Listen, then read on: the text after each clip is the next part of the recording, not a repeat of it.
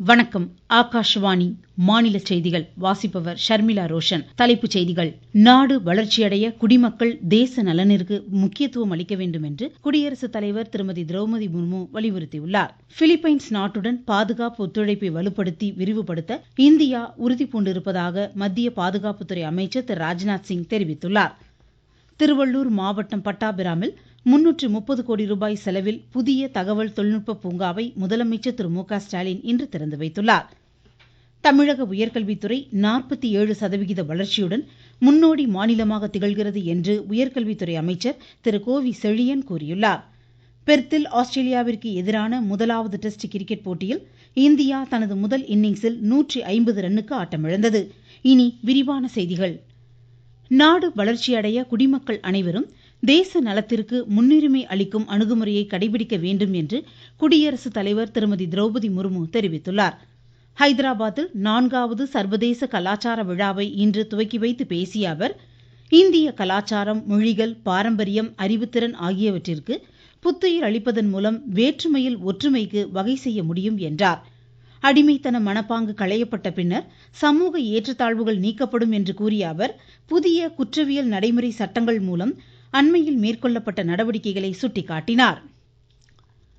Laos தலைநகர் வியன்டியானில் பாதுகாப்புத்துறை அமைச்சர் திரு ராஜ்நாத் சிங் ஜப்பான் பாதுகாப்பு அமைச்சர் ஜெனரல் நிகாடானியுடன் இருதரப்பு பேச்சுவார்த்தைகளை மேற்கொண்டார்.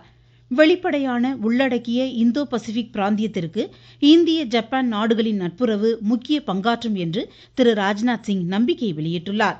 பிலிப்பைன்ஸ் நாட்டின் பாதுகாப்பு அமைச்சர் கில்பர்டோவையும் சந்தித்து பேசிய திரு ராஜ்நாத் சிங், இந்தியாவின் கிழக்குசார் கொள்கை மற்றும் இந்தோ பசிபிக் பிராந்திய தொலைநோக்கு பார்வையில் பிலிப்பைன்ஸ் முக்கிய பங்குதார நாடு என்று எடுத்துரைத்தார். பிலிப்பைன்ஸுடன் பாதுகாப்பு ஒத்துழைப்பை வலுப்படுத்தி விரிவுபடுத்த இந்தியா உறுதிபூண்டிருப்பதாகவும் திரு ராஜ்நாத் சிங் தெரிவித்தார். அசர்பைஜான் நாட்டின் பாகுவில் காலநிலை மாற்ற கூட்டத்தில் காலநிலை மாற்றங்களுக்கான நிதி ஒதுக்கீட்டு அனுமதியிலிருந்து சவால்களை எதிர்கொள்ளும் வகையில் கவனம் மாற்றப்பட்டதை ஏற்க இயலாது என்று இந்தியா தெரிவித்துள்ளது.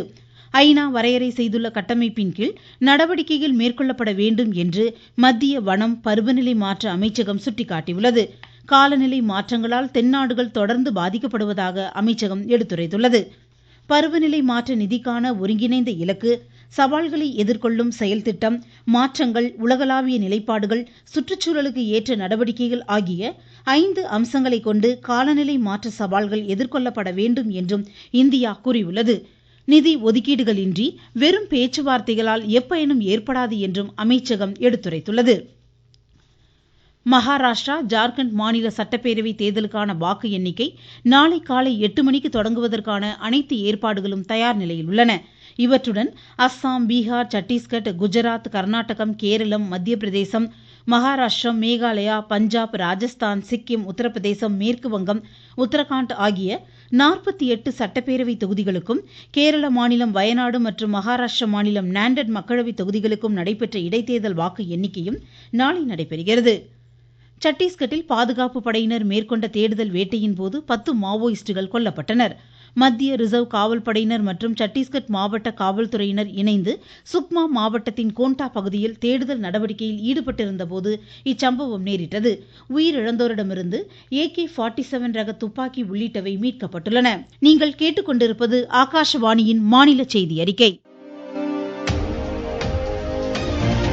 3ஆம் முறை மோடி அரசின் முதல் 100 நாள் சாதனைகள். பிரதமரின் வீட்டு வசதி திட்டத்தின் கீழ் கூடுதலாக 3 கோடி வீடுகள் கட்ட இலக்கு. முத்ரா கடனுதவி திட்டத்தின் கீழ் கடன் உச்சவரம்பு 20 லட்சம் ரூபாயாக உயர்வு. 4 லட்சத்திற்கும் மேற்பட்ட மகளிர் சுய உதவி குழுக்களுக்கு 2500 கோடி ரூபாய் சுழல் நிதி. லட்சாதிபதி பெண்கள் திட்டத்தின் கீழ் 11 லட்சம் பேருக்கு சான்றிதழ். சுற்றுலா துறையில் மகளிருக்கு கூடுதல் வேலை வாய்ப்புகள். மகளிர் வாங்கும் சொத்துக்களுக்கு பத்திரப்பதிவு கட்டணத்தை குறைக்க மாநில அரசுகளுக்கு ஊக்கம். 7 லட்சம் ரூபாய் வரை வருமானம் உள்ளவர்களுக்கு வரி விலக்கு. வளர்ச்சியடைந்த இந்தியாவிற்கான பயணத்தில் மோடி அரசு. தொடரும் மக்கள் நலத்திட்டங்கள். திருவள்ளூர் மாவட்டம் பட்டாபிராமில் 11 ஏக்கர் பரப்பில் 330 கோடி ரூபாய் மதிப்பீட்டில் 21 தளங்களுடன் கூடிய புதிய தகவல் தொழில்நுட்ப பூங்காவை முதலமைச்சர் திரு மு.க. ஸ்டாலின் இன்று திறந்து வைத்தார். 6000 பேர் பணிபுரியும் வகையில் பசுமை கட்டிடமாக இப்பூங்கா வடிவமைக்கப்பட்டுள்ளது. தொடர்ந்து காஞ்சிபுரம் மாவட்டம் திருமுடிவாக்கம் சிட்கோ தொழிற்பேட்டையில் 18 கோடி ரூபாய் செலவில் அமைக்கப்பட்டுள்ள துல்லிய பொறியியல் தொழில்நுட்ப மையத்தையும் முதலமைச்சர் திறந்து வைத்தார். தமிழக உயர்கல்வித்துறை 47% வளர்ச்சியுடன் முன்னோடி மாநிலமாக திகழ்கிறது என்று மாநில உயர்கல்வித்துறை அமைச்சர் திரு கோவி செழியன் தெரிவித்துள்ளார்.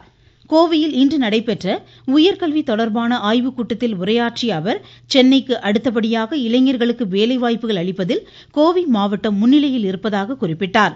உயர்கல்வி பயில்வதில் மாற்றுத்திறனாளி மாணாக்கர் சந்திக்கும் இடர்பாடுகள் குறித்து கேட்டறிந்து களையப்படும் என்றார். நான் முதல்வன் திட்ட பயனாளிகளின் நிலை குறித்து கேட்டறிந்து அதற்கு ஏற்றாற்போல் இத்துறை அடுத்த கட்டத்திற்கு மேம்படுத்தப்படும் என்றார்.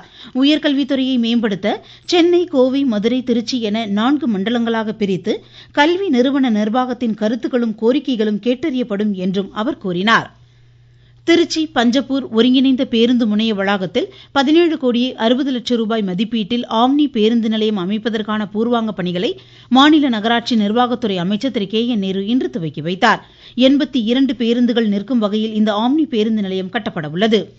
ஈரோடு மாவட்டம் பெருந்துறை சிப்காட் பகுதியில் நல்லா ஓடையில் சாய கழிவுநீர் தடுக்கும் வகையில் உப்பின் தன்மையை கண்டறியும் கருவி அமைப்பதற்கான பணிகளை மாநில வீட்டுவசதித்துறை அமைச்சர் திரு முத்துசாமி இன்று துவக்கி வைத்தார். இவ்வளாகத்தில் 100க்கும் மேற்பட்ட தொழிற்சாலைகள் செயல்பட்டு வரும் நிலையில் 2 லட்சம் ரூபாய் மதிப்பீட்டில் இக்கருவி அமைக்கப்பட உள்ளது. தமிழகத்தில் கிராம சபை கூட்டங்கள் நாளை நடைபெறும் என மாநில அரசு தெரிவித்துள்ளது. இதில் வடகிழக்கு பருவமழை முன்னெச்சரிக்கை நடவடிக்கைகள், மகாத்மா காந்தி தேசிய ஊரக வேலை உறுதி திட்டம் உள்ளிட்டவை குறித்து விவாதிக்கப்படும். கடந்த 1ஆம் தேதி உள்ளாட்சி தினத்தன்று நடைபெற இருந்த கிராம சபை கூட்டம் நிர்வாக காரணங்களுக்காக ஒத்திவைக்கப்பட்டிருந்த நிலையில் இக்கூட்டம் நாளை நடைபெற உள்ளது. சுதந்திர போராட்ட வீரர் பிர்சா முண்டாவின் பிறந்தநாள் விழாவின் ஒரு பகுதியாக நாமக்கல் மாவட்டம் போதமலை, கொல்லிமலை உள்ளிட்ட பகுதிகளில் பழங்குடியினர் பெருமை தின சிறப்பு முகாம்கள் நடைபெறுகின்றன. இதில் மத்திய அரசின் திட்டங்கள் மூலம் பழங்குடியினர் பயனடைவதாக எமது செய்தியாளர் தெரிவிக்கிறார். நாமக்கல் மாவட்டத்தில் பழங்குடியினர் பெருமை தினத்தை முன்னிட்டு தொடர்ந்து நடத்தப்பட்டு வரும் சிறப்பு முகாமின் ஒரு பகுதியாக முள்ளுக்குறிச்சி அரசு பழங்குடியினர் பெண்கள் உயர்நிலைப் பள்ளியில் சிறப்பு முகாம் நடைபெறுகிறது. புதிய மின் இணைப்பு, மின் கட்டண மாற்றங்கள், பட்டா மாற்றம், நில அளவீடு, சாதி வாரிசு சான்றிதழ், பட்டா சிட்டா எடுத்தல், வீட்டு வரி, குடிநீர் இணைப்பு, கட்டுமான வரைபட ஒப்புதல் உள்ளிட்ட பல்வேறு துறை சார்ந்த கோரிக்கைகளை பழங்குடியினர் மனுக்களாக அளித்து பயன்பெறலாம் என நாமக்கல் மாவட்ட நிர்வாகம் தெரிவித்துள்ளது. நாமக்கல் மாவட்ட செய்தியாளர் எஸ். கண்ணன். தமிழ்நாட்டில் 2வது கட்ட வாக்காளர் பட்டியல் சிறப்பு சுருக்கமுறை திருத்த முகாம் நாளையும் நாளை மறுநாளும் அனைத்து வாக்குச்சாவடி மையங்களிலும் நடைபெற உள்ளன. வரும் ஜனவரி 1ஆம் தேதியை தகுதி நாளாக கொண்டு நடைபெறும் இம்முகாமில் புதிய வாக்காளர்கள் தங்களது பெயரை பதிவு செய்து கொள்ளலாம். தாம்பரம் செங்கோட்டை ரயில் மானாமதுரை ரயில் நிலையத்தில் நின்று செல்ல பரிந்துரைக்கப்படும் என்று மதுரை கோட்ட மேலாளர் திரு ஸ்ரீ வஸ்தவா தெரிவித்துள்ளார். ரயில் விபத்துகளை தவிர்ப்பது குறித்து சிவகங்கை மானாமதுரை ரயில் சந்திப்பில் விளக்க உரையாற்றிய பின் செய்தியாளர்களிடம் பேசிய அவர், ரயில் தண்டவாளங்களை சேதப்படுத்துவோர் மீது கடும் நடவடிக்கை எடுக்கப்படும் என்றார். தேனி கும்பக்கரை அருவியில் நீர்வரத்து சீரானதை அடுத்து சுற்றுலா பயணிகள் குளிப்பதற்கு வனத்துறை அனுமதி வழங்கியுள்ளதாக எமது செய்தியாளர் தெரிவிக்கிறார். பெரியகுளம் அருகே உள்ள மேற்கு தொடர்ச்சி மலையடிவாரத்தில் அமைந்துள்ள சுற்றுலா தலமான கும்பக்கரை அருவியில் வெள்ள நீர் முழுமையாக வடிந்து நீர்வரத்து சீராக உள்ளதால் தற்போது சுற்றுலா பயணிகள் குளிப்பதற்கு வனத்துறையினர் அனுமதி அளித்துள்ளனர். இதனால் அருவியில் ஆர்ப்பரித்து கொட்டும் தண்ணீரில் காலை முதலே ஏராளமானோர் உற்சாகமாக குளித்து மகிழ்ந்தனர். தேனியிலிருந்து ராஜ்குமார். இதேபோல் குற்றால அருவிகளிலும் வெள்ளப்பெருக்கு குறைந்ததால் சுற்றுலா பயணிகள் குளிக்க அனுமதிக்கப்பட்டுள்ளனர். பெர்த்தில் இந்தியாவிற்கு எதிரான முதலாவது டெஸ்ட் கிரிக்கெட் போட்டியின் முதல் நாளான இன்று ஆஸ்திரேலியா தனது முதல் இன்னிங்ஸில் சற்று முன் 3 விக்கெட் இழப்பிற்கு 30 ரன் எடுத்திருந்தது. அபாரமாக பந்து வீசி பும்ரா துவக்கத்திலேயே 3 விக்கெட்டை வீழ்த்தியுள்ளார். முன்னதாக டாஸ் வென்று முதலில் பேட் செய்த இந்தியா தனது முதல் இன்னிங்ஸில் 150 ரன்னுக்கு ஆட்டமிழந்தது. சீன மாஸ்டர்ஸ் பேட்மிண்டன் ஆடவர் ஒற்றையர் காலிறுதியில் இந்தியாவின் லக்ஷயா சென் டென்மார்க்கின் ஆண்டர்ஸ் ஆண்டன்சனை இன்று மாலை எதிர்கொள்கிறார். மீண்டும் தலைப்புச் செய்திகள். நாடு வளர்ச்சியடைய குடிமக்கள் தேச நலனிற்கு முக்கியத்துவம் அளிக்க வேண்டும் என்று குடியரசுத் தலைவர் திருமதி திரௌபதி முர்மு வலியுறுத்தியுள்ளார். பிலிப்பைன்ஸ் நாட்டுடன் பாதுகாப்பு ஒத்துழைப்பை வலுப்படுத்தி விரிவுபடுத்த இந்தியா உறுதிபூண்டிருப்பதாக பாதுகாப்புத்துறை அமைச்சர் திரு ராஜ்நாத் சிங் தெரிவித்துள்ளார். திருவள்ளூர் மாவட்டம் பட்டாபிராமில் 330 கோடி ரூபாய் செலவில் புதிய தகவல் தொழில்நுட்ப பூங்காவை முதலமைச்சர் திரு மு.க. ஸ்டாலின் இன்று திறந்து வைத்துள்ளார். தமிழக உயர்கல்வித்துறை 47% வளர்ச்சியுடன் முன்னோடி மாநிலமாக திகழ்கிறது என்று உயர்கல்வித்துறை அமைச்சர் திரு கோவி செழியன் கூறியுள்ளார். பெர்த்தில் ஆஸ்திரேலியாவிற்கு எதிரான முதலாவது டெஸ்ட் கிரிக்கெட் போட்டியில் இந்தியா தனது முதல் இன்னிங்ஸில் 150 ரன்னுக்கு ஆட்டமிழந்தது. இத்துடன் இந்த செய்தியறிக்கை முடிவடைந்தது.